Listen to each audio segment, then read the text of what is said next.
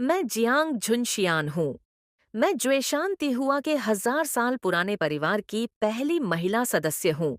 जब मैंने पहली बार तिहुआ के बारे में सुना तो मैं बहुत हैरान रह गई। मैं वास्तव में इसे सीखना चाहती था। मैं अकेला व्यक्ति हूँ जिसने ऐसी खूबसूरत चीज देखी है। मैं अकेला व्यक्ति हूँ जिसने इसे देखा है। मुझे इसके लिए बहुत दुख है।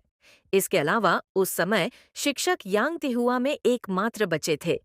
अगर इसे सीखने वाले युवा लोग नहीं होते तो शायद शिक्षक यांग के बाद कोई और टीम नहीं होती। तिहुआ कौन है? मैं। आप तिहुआ हैं? उन्होंने मुझे तिहुआ न सीखने के लिए मनाने में 2 घंटे बिताए।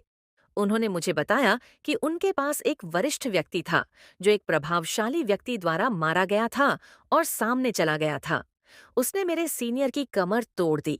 उसकी पूरी पीठ पर निशान थे। सच में यह बहुत खतरनाक बात थी। लोहे का पानी 1600 साल से भी ज्यादा पुराना है। यह तांग नदी की प्रकृति से भी कम है। राजवंश, मैं सही हूँ। दरअसल मुझे लगता है कि तिहुआ में एक खास गुण है, लेकिन इसके लिए ज्यादा हिम्मत की जरूरत है।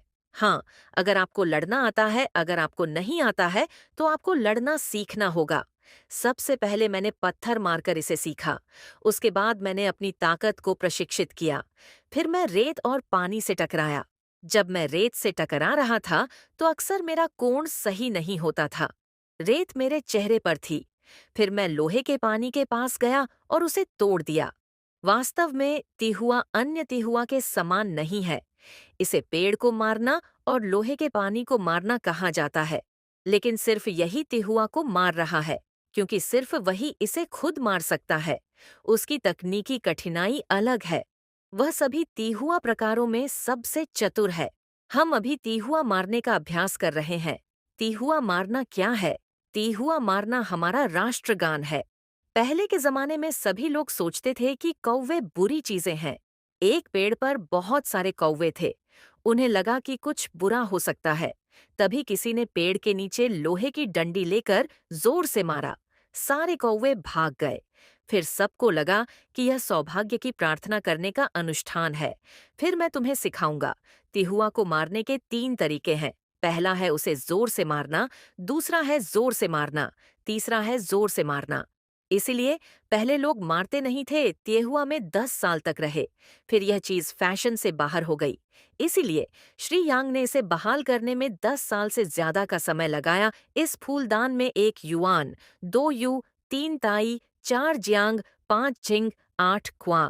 उस समय विदेशी लोग इसे खरीदने के लिए 2 मिलियन युआन खर्च नहीं करना चाहते थे। उसके हाथ में हीरे की अंगूठी है और वह उसे खरीदना नहीं चाहती।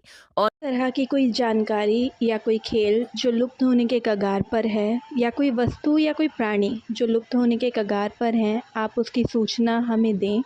हम उस पर अध्ययन करके, शोध करके एक वीडियो जारी करेंगे, ताकि उस विषय में अन्य लोग जो उनसे संबंधित हैं उनको जागरूक किया जा सके और इस लुप्त होती हुई वस्तु, खेल या किसी भी कलाकृति को बचाया जा सके। पब्लिक न्यूज़ देखने के लिए आप सभी का धन्यवाद। ऐसी ही मनोरंजन वीडियो देखने के लिए जुड़े रहिए पब्लिक न्यूज़ पर। पीपल्स डेली ओवरसीज़ जो चाइना का पेपर है, हमने उससे एक वीडियो को लिया है। एआई की मदद से इसे ट्रांसलेट किया है हिंदी में। तो हम पीपल्स डेली का आभार व्यक्त करते हैं।